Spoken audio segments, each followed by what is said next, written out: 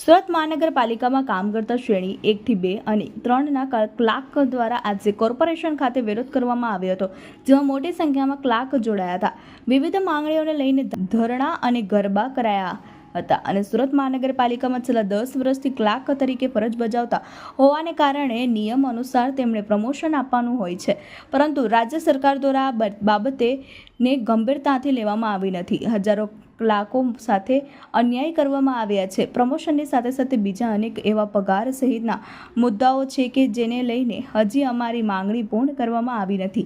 આ પ્રકારની વાત સુરત સુધરાઈ કામદાર સ્ટાફ મંડળ દ્વારા કરવામાં આવી છે.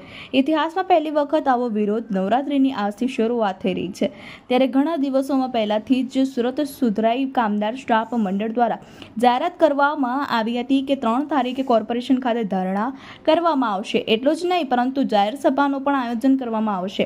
આજે હજારોની સંખ્યામાં ક્લાર્કો દ્વારા અડધી CL લેવામાં આવી હતી અને કામથી અડધા રહેવાનો નિર્ણયો કરવામાં આવ્યા હતા.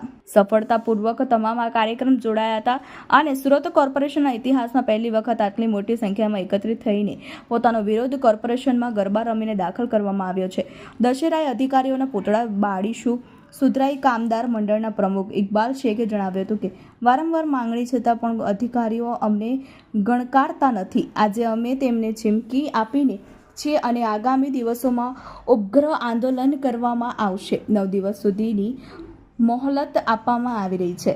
9 દિવસમાં જો અમારી માંગણી સ્વીકારવામાં નહીં આવે તો દશેરાના દિવસે જે પ્રકારે રાવણ દહન કરવામાં આવતું હોય છે તેવી રીતે અમે અધિકારીઓના પૂતળાનું દહન પણ કરીશું. તેમજ અમે અન્ય અનેક કાર્યક્રમો આપીશું.